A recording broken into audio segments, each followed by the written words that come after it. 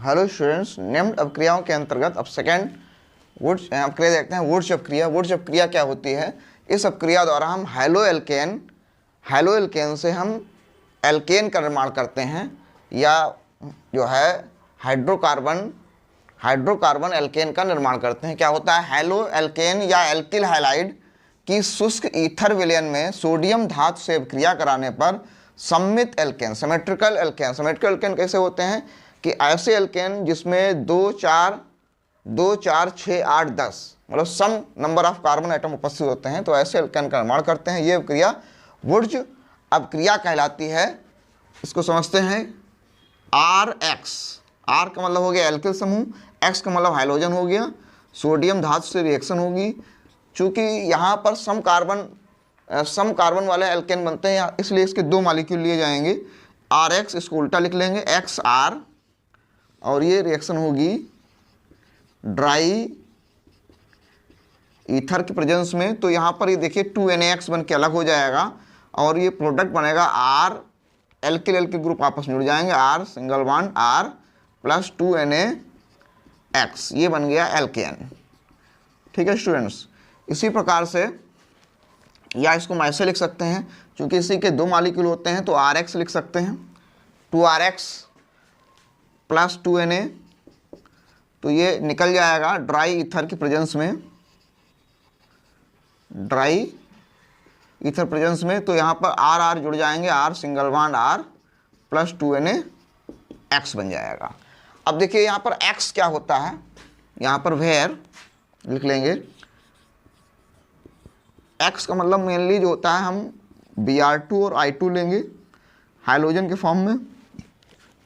ठीक है, क्योंकि क्लोरो एल्केन जो होते हैं वो गैसेस फॉर्म में होते हैं, और एल्किल ग्रुप होते हैं, एल्किल समूह।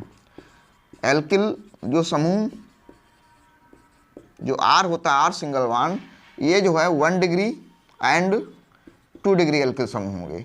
3 डिग्री एल्किल समूह जो है ये वुड्स अपक्रिया नहीं देते हैं।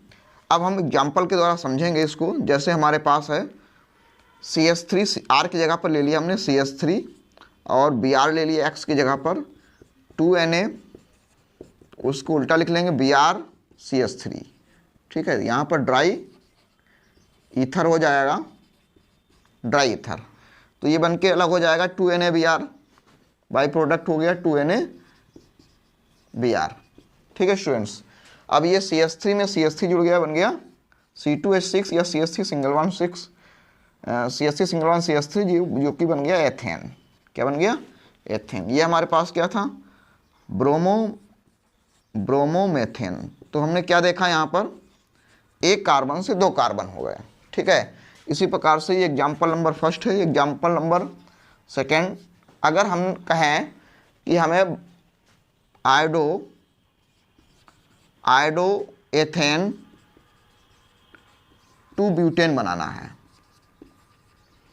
तो आयोडो एथेन का मतलब हो गया हमारे पास C2H5I है, और बनाना है हमें यहाँ पर इसको कन्वर्ट करना है ब्यूटेन मतलब C4H10 में, C4H10 में इसे कन्वर्ट करना है। ठीक है, तो देखिए क्या होगा, आयोडो एथेन का मतलब हो गया C2H5I, सोडियम मेटल ले ली जाएगी।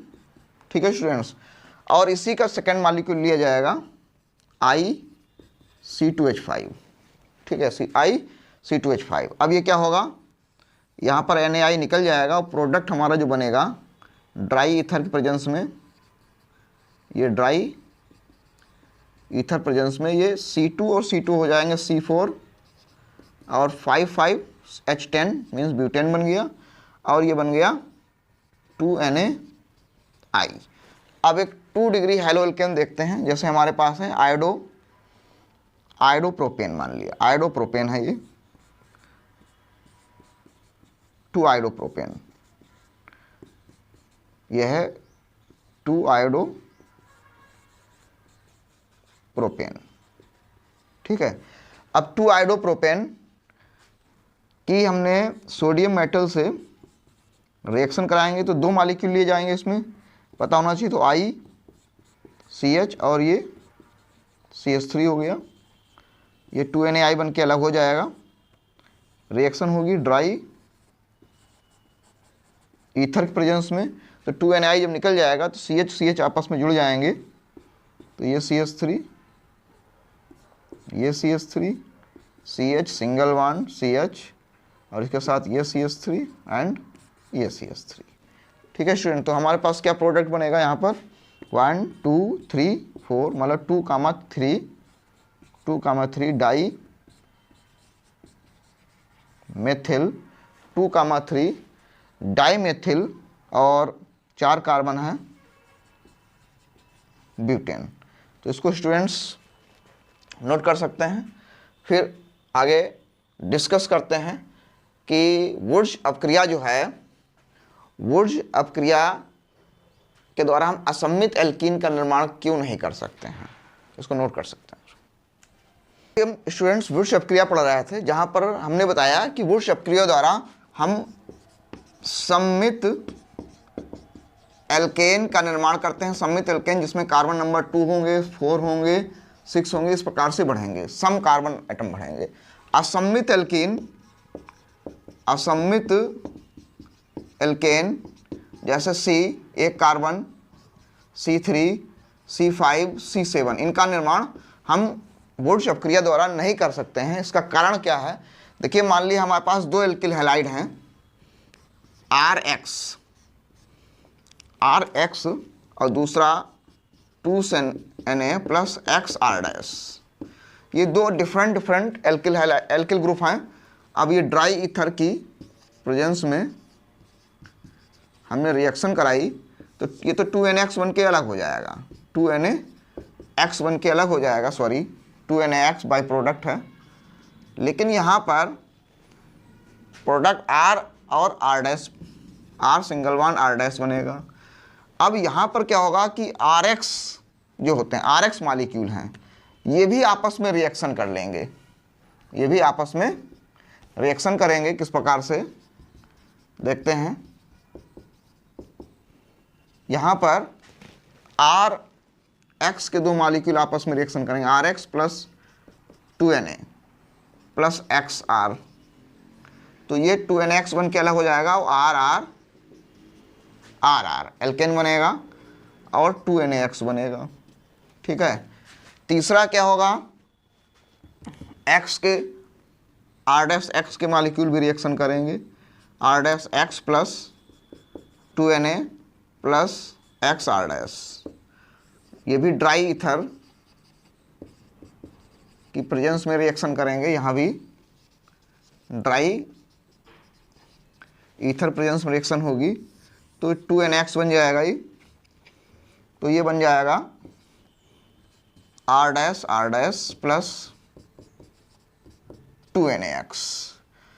और फाइनली क्या होगा कि एक तो ये 2 अलग अलग हो गए, डिफरेंट एल्किल हैलो एल्केन हो गए, फिर ये दोनों इक्वल हो गए, और फिर ये दोनों इक्वल हो गए। तो यहाँ पर क्या हुआ कि जब हम असम्मित एल्केन लेंगे, 2 अलग अलग एल्किल लेंगे, एल्किल समूह लेंगे, हैलो एल्केन में एल्किल समूह जब अलग अलग लेंगे, तो यहाँ पर अपक्रिया द्वारा एल्केन का मिश्रण प्राप्त होता है, जिसमें ये देखो अलग अलग एल्किल समूह हैं, यहाँ पर दोनों समान समूह और फिर ये दोनों समान समूह। और इसको अच्छे से समझने आते हैं तो एग्जाम्पल लेते हैं। एग्जाम्पल जैसे मान लिया हमने मेथिल आयोडाइड ले लिया CH3I, और सोडियम मेटल से रिएक्शन कराई और आयोडोएथेन ले लिया C2H5I, ड्राई ईथर के प्रेजेंस में रिएक्शन हुई, ड्राई ईथर के प्रेजेंस में। तो देखिए यहाँ पर क्या हुआ, NaI बन के ये अलग हो गया, लेकिन NaI तो बन गया, लेकिन प्रोडक्ट देखिए यहाँ पर क्या बनेगा, CH3 और C2H5 बन जाएगा, एक तरफ से CH3 CH2 CH3 plus 2NaI, एक तो प्रोडक्ट ये बनेगा, मीन्स प्रोपेन बन गया, हमारे पास बन गया प्रोपेन। दूसरा क्या होगा कि इसके 2 मॉलिक्यूल भी आपस में रिएक्शन करेंगे, जैसे हमने लिखा था R के 2 मॉलिक्यूल आपस में रिएक्शन करेंगे। तो R मतलब पहले CH3 के देख लेते हैं, तो CH3I plus 2NaI plus ICH3 के भी मालिक्यूल आपस में रिएक्शन करेंगे तो ये बन जाएगा ड्राई ईथर की प्रेजेंस में रिएक्शन होगी और ये बन जाएगा C2H6 प्लस 2Na। तो यहाँ पर क्या बना, एथेन बन गया, एथेन। तीसरा क्या होगा, R डैश हमारा C2H5 है। अब इसके भी दो मालिक्यूल आपस में रिएक्शन करेंगे सोडियम मेटल के साथ में C2H5 ड्राई ईथर। तो यहाँ पर देखिए क्या होगा, ये C2H5 हो जाएगा C4H10 प्लस 2Na। तो स्टूडेंट्स हमने क्या देखा, यदि हम दो अलग अलग एल्किल समूह लेते हैं, एल्किल हैलाइड ऐसे लेते हैं जिनमें दो अलग अलग एल्किल समूह हैं, तो वहाँ पर हमें एल्केन का मिश्रण प्राप्त हुआ, जिसमें हमें क्या क्या प्राप्त हुआ, एक तो एथेन बन गई, प्रोपेन बन गई, ब्यूटेन बन गई। अब यहाँ तीनों का जब मिश्रण प्राप्त हो गया, अब इन मिश्रण में से किसी एक इंडिविजुअल कंपाउंड को हम अलग नहीं कर सकते हैं, क्योंकि इनके जो बॉइलिंग पॉइंट होते हैं बहुत ही नियरेस्ट होते हैं, बॉइलिंग पॉइंट में ज़्यादा अंतर नहीं होता है, इसलिए इनको किसी भी प्रकार से अलग नहीं किया सकता, प्रभाजी आसवन या किसी अन्य विधि द्वारा इनको अलग नहीं किया सकता है। इसलिए हम सिर्फ सममित एल्केन मतलब सम कार्बन युक्त एल्केन का निर्माण ही वुड्स अपक्रिया द्वारा कर सकते हैं। असम्मित एल्केन जिसमें एक कार्बन होंगे, 3 कार्बन होंगे, 5 कार्बन होंगे, ऐसे एल्केन का निर्माण हम इस विधि द्वारा नहीं कर सकते। जैसे अगर हमें यहाँ पर बनाना हो प्रोपेन बनाना है तो प्रोपेन का निर्माण हम इस विधि द्वारा नहीं कर सकते, हम एथेन बना सकते हैं। एथेन बनाने के लिए हम क्या लेंगे, CH3Cl लेंगे, CH3Br लेंगे। तो यहाँ पर क्या होगा, इसके दो मालिक्यूल आपस में जुड़ जाएंगे और कंपाउंड बन जाएगा। लेकिन यदि हमें प्रोपेन बनाना होगा तो हम एक तरफ से एक कार्बन लेना पड़ेगा, एक तरफ 2 कार्बन लेने, और वहाँ पर क्या होगा, दो अलग अलग एल्किल समूह हो जाएंगे और इस स्थिति में इसका निर्माण यहाँ संभव नहीं है। ब्यूटेन बनाना है तो ब्यूटेन बनाने के लिए हम C2H5 लेंगे, इसके 2 मालिक्यूल ले लेंगे और ब्यूटेन बन जाए, क्योंकि यहाँ पर 2 कार्बन C2H5 में 2 कार्बन है और दो कार्बन, जब दो कार्बन जुड़ेंगे तो C4H10 बन जाएगा, तो ब्यूटेन का निर्माण हो जाएगा। यहाँ पर इसके द्वारा एथेन का निर्माण हो जाएगा और इसके द्वारा ब्यूटेन का निर्माण हो जाएगा। लेकिन अगर हम पेंटेन बनाना चाहें, पेंटेन C5H10 अगर H12 बनाना चाहें तो पेंटेन का निर्माण हम इस वुड्स अपक्रिया द्वारा नहीं कर सकते, क्योंकि यहाँ 5 कार्बन हो गए, 5 क्या हो गए, असम्मित हो गए, विषम कार्बन एटम हो गए। यहाँ पर इसका निर्माण इसलिए नहीं होगा क्योंकि इसके निर्माण के लिए एक तरफ 2 कार्बन लेना पड़ेगा और एक तरफ 3 कार्बन लेना पड़ेगा, जिससे फिर से में क्या बन जाएगा, एक मिक्सचर बन जाएगा। अब मिक्सचर में अलग अलग कंपाउंड को मिक्सचर बनने से उनको सेपरेट नहीं कर सकते, अलग नहीं कर सकते हैं, इसलिए पेंटेन का निर्माण नहीं हो सकता। तो स्टूडेंट्स, आप लोगों को बेहतर तरीके से वुड्स अपक्रिया समझ में आ गई होगी कि वुड्स अपक्रिया द्वारा सिर्फ हम सममित एल्केन बना सकते हैं जिसमें सम कार्बन होते हैं या इवन नंबर ऑफ कार्बन होते हैं, और असम्मित एल्केन जिसमें ऑड नंबर ऑफ कार्बन होते हैं उनका निर्माण हम नहीं कर सकते। मतलब हम इसके द्वारा एथेन बना सकते हैं, ब्यूटेन बना सकते हैं और फिर हेक्सेन बना सकते हैं, ठीक है। पेंटेन को नहीं बना सकते हैं, प्रोपेन को नहीं बना सकते हैं, ना ही प्रोपेन बन सकती है, ना ही पेंटेन बन सकती है, ना ही हेप्टेन बन सकता है, ना ही हेप्टेन बन सकता है। इनका निर्माण इस क्रिया द्वारा नहीं हो किया जा सकता है। तो स्टूडेंट्स, अब क्या समझ में आई हो तो उसको नोट कर ले, फिर आगे देखता हूँ।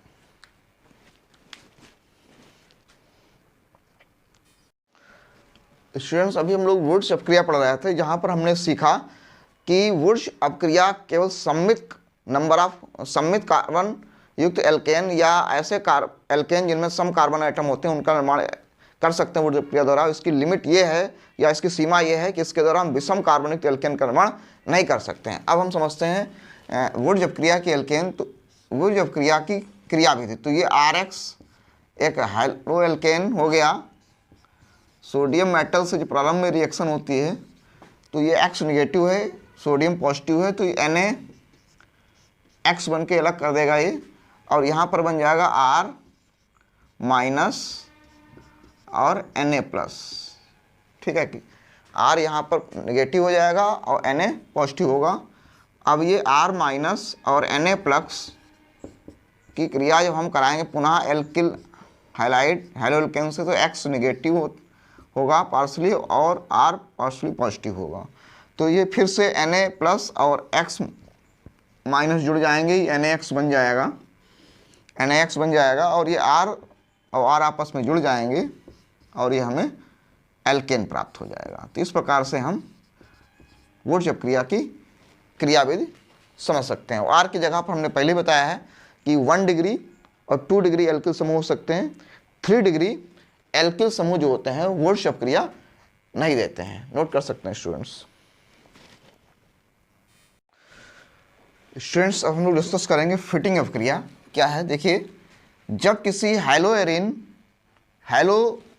का मतलब जो है, हेलो का मतलब होता है क्लोरो ब्रोमो आयोडो की को शुष्क ईथर की उपस्थिति में सोडियम मेटल के साथ जब गर्म किया जाता है तो एक हेलोएरिन का हाइड्रोजन एटम जो होता है दूसरे हेलोएरिन के एरिल समूह द्वारा, मतलब एक का हाइड्रोजन और दूसरे का एरिल समूह द्वारा क्या होता है, विस्थापित हो जाता है और बनने वाला युग जो होता है डाई एरिल की प्राप्त होती है, जिसको हम इस प्रकार से उदाहरण द्वारा समझ सकते हैं। ये हमारे यहाँ पर हमारे पास है एक, मान लिया ब्रोमो बेंजीन, ये ब्रोमो बेंजीन है, सोडियम मेटल से रिएक्शन हुई और दूसरा मॉलिक्यूल भी ये ब्रोमो बेंजीन का है, दूसरा मॉलिक्यूल भी ब्रोमो बेंजीन का है। तो यहाँ पर क्या होगा, ये 2NaBr बन के अलग हो जाएगा, रिएक्शन होगी ड्राई ईथर के प्रेजेंस में। तो ये 2NaBr जब निकल जाएगा तो हमें यहाँ पर जो प्राप्त होगा, 2 बेंजीन रिंग आपस में जुड़ जाएंगे जिसे हम डाई फेनिल के नाम से जानेंगे और 2NaBr अलग हो जाएगा। तो यहाँ पर क्या हुआ कि एक का हेलोएरिन का हाइड्रोजन और दूसरे का एरिल समूह द्वारा यहाँ पर क्या हो गया, विस्थापित हो जाता है और बनने वाला यौगिक जो होता है वो डाई एरिल और डाईफेनिल बन जाएगा। तो ये अपक्रिया फिटिंग अपक्रिया के नाम से जानी जाती है। तो आज हम लोगों ने 3 अपक्रियाएं डिस्कस करी। एक मुख्य रूप से जो है डिस्कस किया वुर्त्ज अपक्रिया, फिर वुर्त्ज फिटिंग अपक्रिया। तीनों अपक्रियाओं में कॉमन क्या है, तीनों अपक्रियाओं में हम सोडियम मेटल लेते हैं, तीनों अपक्रियाओं में हम लोग ड्राई ईथर का यूज करते हैं, क्योंकि सोडियम मेटल एक हाईली रिएक्टिव एलिमेंट्स है, इसलिए इसकी रिएक्टिविटी को डिक्रीज करने के लिए, कम करने के लिए हम शुष्क ईथर विलयन में ये अपक्रिया कराते हैं, जिससे ये सोडियम को इनर्ट मीडियम देता है, क्योंकि सोडियम जो होता है एयर से या वाटर से रिएक्शन कर लेगा, इसलिए ड्राई ईथर का यूज किया जाता है। ड्राई ईथर का प्रयोग होने का कारण यही है कि ड्राई ईथर की उपस्थिति में सोडियम जो है किसी से अन्य पदार्थ से क्रिया नहीं कर पाता है। तो यहाँ पर तीनों क्रियाओं में कॉमन सोडियम मेटल हो गया और ड्राई ईथर हो गया। इसको नोट कर लें, फिर आगे डिस्कस करते हैं स्टूडेंट्स।